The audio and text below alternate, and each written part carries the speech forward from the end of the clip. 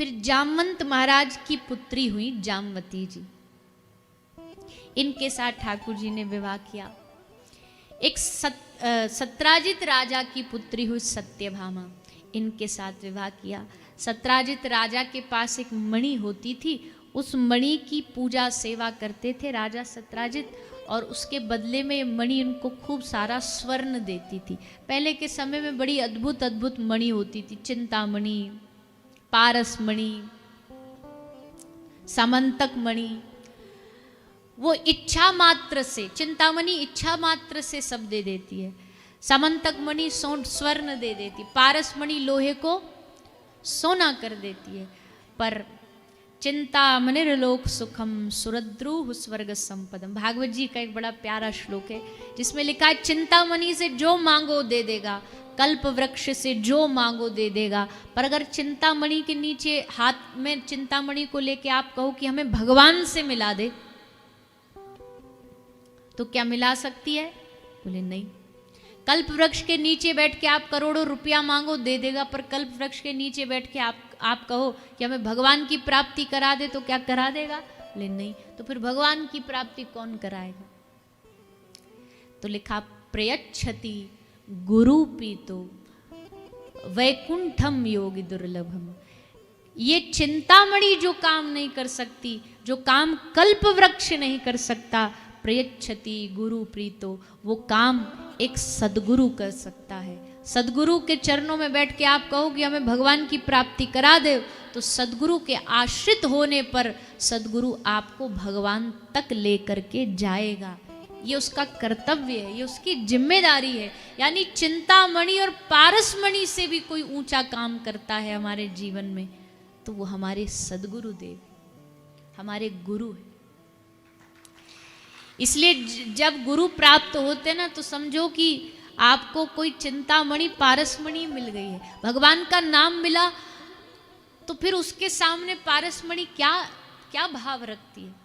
एक हमारे गौड़िया संप्रदाय के गोस्वामी हुए, उन गोस्वामी जी के पास में एक व्यक्ति आया, बोला महाराज हमारी बेटियां हैं, 6-7 बेटियां, सबका ब्याह करना है, घर में पैसा नहीं है, क्या करें?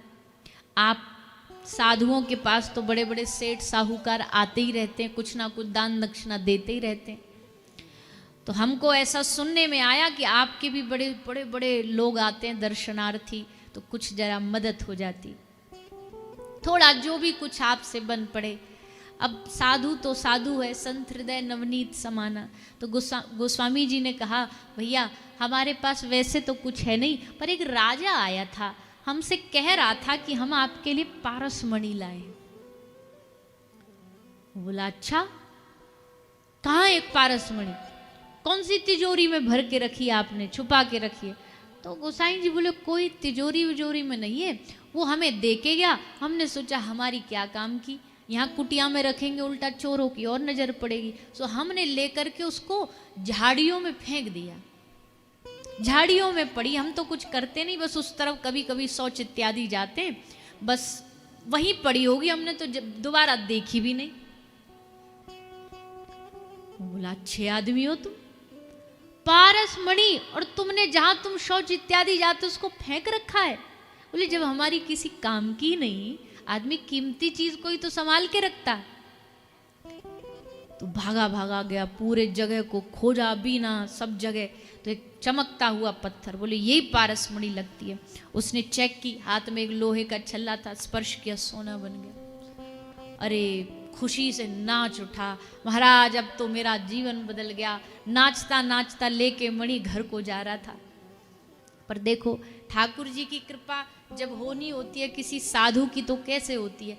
आधा रास्ता चला भी गया कुटिया से दूर, पर आधी रास्ते में दिमाग में विचार आया कि साधु ने पारसमणि जैसी इतनी कीमती चीज को कूड़ेदान जैसा पटक रखा था, इसका मतलब है इनके पास इससे भी ज्यादा कोई और कीमती माल है, वो मिलना चाहिए। सो तुरंत वापस लौट करके आया, गोस्वामी जी से बोला महाराज हम समझ गए आपके पास इससे भी कुछ कीमती है, तभी तो आपके लिए इसकी कोई वैल्यू नहीं, तभी तो आपने फेंक रखा झाड़ियों में। गोस्वामी जी बोले अरे बाबरे, तू जिस काम के लिए आया था वो हो गया ना, तेरी बेटी का ब्याह हो जाएगा ना बढ़िया से, अब क्यों झंझट में पड़ता, चला जा वापस लौट जा। बोले नहीं नहीं महाराज, मुझे तो इससे कीमती वाली चीज चाहिए। वो स्वामी जी बोले इससे कीमती जो चीज है तो मेरे पास, पर तेरे किसी काम की नहीं है। बोला ना प्रभु ऐसे कैसे काम की नहीं, आप दोगे तो मैं तो उसी को उपयोग करूंगा। बोले पक्का? बोले हाँ पक्का। बोले आ तो इधर। पकड़ा उसका सर, कान में मंत्र बोला, महामंत्र, और कहा हरे कृष्ण कृष्ण कृष्ण हरे हरे, हरे राम राम राम हरे हरे। गले में कंठी बांधी। बोले ये है सबसे कीमती मेरे पास, चाहिए? आंखों से आंसू आ गए। हाँ महाराज मुझे यही चाहिए। पारसमणि फेंक दी उसने, फेंक दी। गोस्वामी जी ने कहा किसी और को इसमें लालच आएगा, एक काम करो, इस पारसमणि को पानी में डाला, जमुना जी में फेंका। आज तुम हो, कल दूसरे को लालच आएगा, इससे बढ़िया इसको पानी में फेंक दो। पानी में फेंक दो।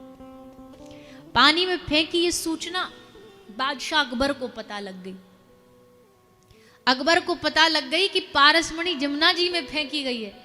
यमुना जी में उसने बड़े बड़े महावत, बड़े बड़े हाथी, उनमें लोहे की जिनमें चैन बंधी थी, उनमें महावत को बिठा बिठा के, कहीं नाविक को ला ला करके पूरी यमुना जी में पारसमणि को ढूंढवाया। मिली तो नहीं, पर पारसमणि है ये पता लग गया। कैसे? बोले जिन हाथियों को उसमें यमुना जी में अंदर डाला था ना, उन सबकी लोहे की जो चैन है वो सोने की बनी, पर मिली नहीं।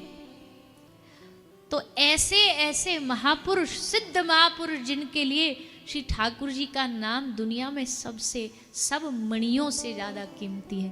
पारसमणि भी जिसके सामने छोटी है, चिंतामणि भी जिसके सामने छोटी है, ऐसा भगवान का नाम है।